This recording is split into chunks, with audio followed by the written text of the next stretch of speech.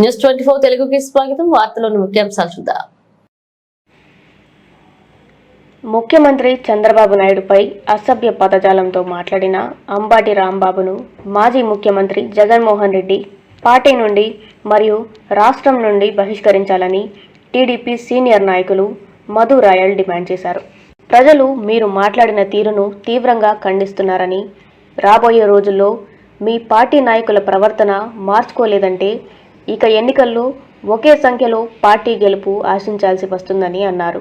వెంటనే అంబాటి రాంబాబు ముఖ్యమంత్రి మరియు కూటమి నాయకులకు క్షమాపణ చెప్పి తీరాల్సిందేనని అన్నారు. ఈ సమావేశంలో వెంకటేష్, వినోద్, సయ్యద్, సూపా ముజ్జీ, అఫ్రోజ్, గంగరాజు, సిద్ధన్న, సంహిత, ముబారక్, సిద్దిక్ తదితరులు పాల్గొన్నారు. గతంలో బి పార్టీ అధికారంలో ఉన్నప్పుడు మీరు దుర్భాషలు ఆడిన దానికి రాష్ట్ర ప్రజలందరూ కూడా 11 సీట్లకు పరిమితం చేయడం జరిగింది. ఈ రోజు మళ్ళీ కూడా మీకు ప్రతిపక్ష హోదా కూడా లేదు. అయితే కూడా ఒక రాష్ట్ర ముఖ్యమంత్రి వర్యులను ఆ విధంగా మాట్లాడడం అంటే రాష్ట్ర ప్రజానికాన్ని అందరినీ కూడా మాట్లాడినట్లే అని కూడా మరొకసారి తెలియజేసుకుంటున్నాను. ఎందుకంటే ఫస్ట్ మీ భాష మార్చుకోండి. ప్రజల్లోకి వెళ్ళేటప్పుడు ప్రజలను ఉద్దేశించి అభివృద్ధి గురించి కావచ్చు, సంక్షేమం గురించి కావచ్చు, ఏమైనా మాట్లాడండి. ఇది ప్రజాస్వామ్యం. ప్రజాస్వామ్యంలో ఎన్నైనా అపోజిషన్ గా మాట్లాడుకోవచ్చు.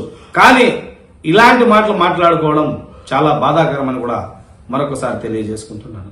వెంటనే అంబాటి రాంబాబు గారు మాట్లాడిన మాట తీరుని వైఎస్ఆర్సీపీ అధ్యక్షులైన జగన్మోహన్ రెడ్డి గారు గ్రహించి ఆయన్ని వెంటనే మీ పార్టీ నుంచి కావచ్చు, లేకపోతే ఈ రాష్ట్రం నుంచే కూడా ఆయన్ని బహిష్కరిస్తే చాలా సంతోషంగా ఉంటుందని కూడా మరొకసారి తెలియజేసుకుంటున్నాం. ఇలాంటి భాష మాట్లాడే వాళ్ళందరినీ కూడా మీరు ఎక్కువ ప్రోత్సహించడంతో రాబోయే కాలంలో మీకు సింగిల్ డిజిట్కి ఏమన్నా పరిమితం అవుతారేమో అని కూడా తెలియజేసుకుంటున్నాం. గౌరవ ముఖ్యమంత్రి వర్యులు శ్రీ నారా చంద్రబాబు నాయుడు గారు కావచ్చు, ఆయన తనయుడు నారా లోకేష్ బాబు గారు కావచ్చు, కూటమికి సంబంధించిన నాయకులు డిప్యూటీ సీఎం పవన్ కళ్యాణ్ గారు కావచ్చు, అదేవిధంగా గౌరవ ప్రధానమంత్రి గారైన నరేంద్ర మోడీ గారి ఆధ్వర్యంలో ఈ రోజు రాష్ట్రం సుభిక్షంగా ఉంది. అభివృద్ధి పథకంలోనైతేనేమి, సంక్షేమంలోనైతేనేమి పరుగులు తీస్తా ఉంది.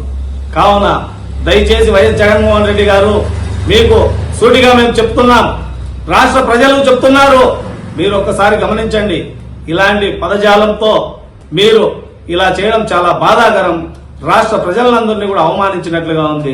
వెంటనే అంబాటి రాంబాబు గారు మీరు తక్షణమే మీరు నిన్న మాట్లాడిన బూతు పురాణాలకు గాను చంద్రబాబు నాయుడు గారికి, రాష్ట్ర ప్రజలకి క్షమాపణ చెప్పవలసిందిగా కోరుకుంటున్నాం.